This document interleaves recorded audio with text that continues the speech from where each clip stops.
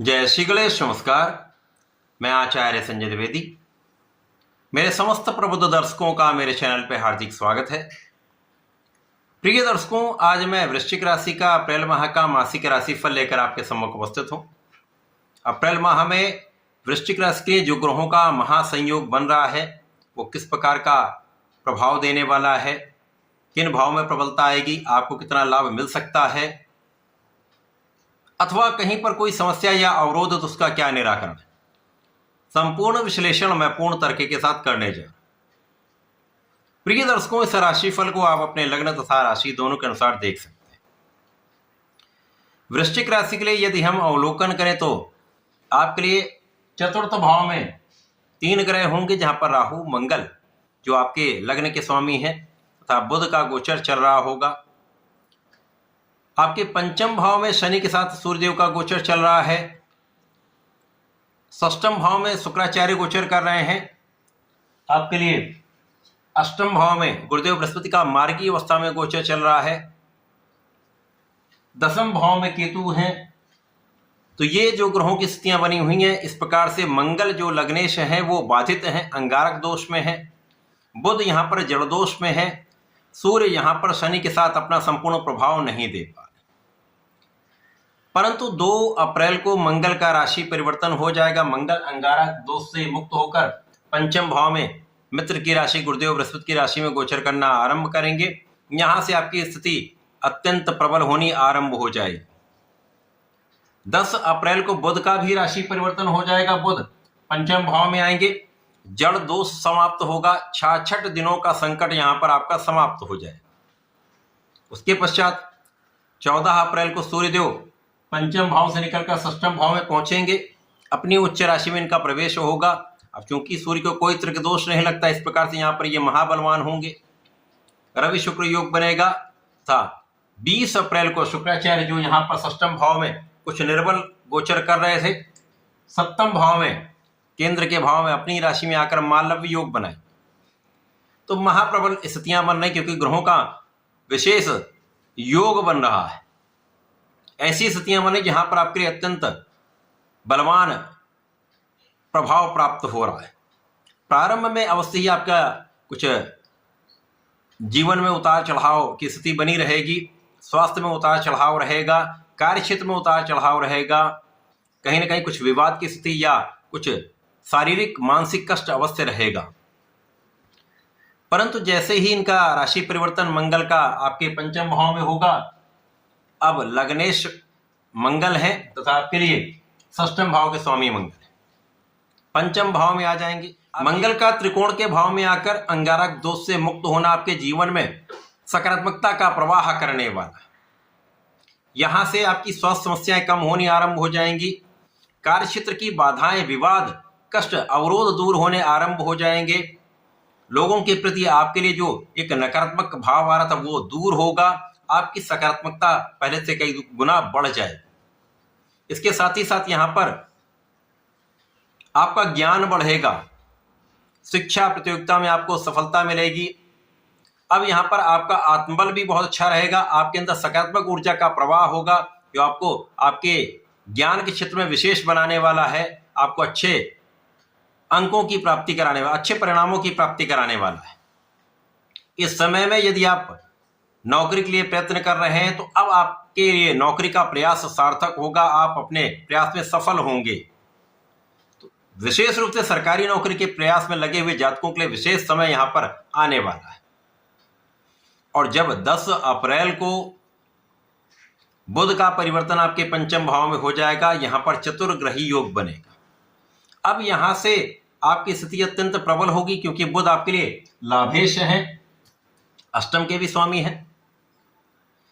अब यहां पर राहु के जड़ दोष से जब बुध मुक्त होते हैं तो यहां पर बुध तो समस्त क्षेत्रों में अपना कार्यकत्व रखते हैं। बुध के बिना तो कोई कार्य संभव ही नहीं। तो यहां से आपकी वाणी का प्रभाव अच्छा हो जाएगा।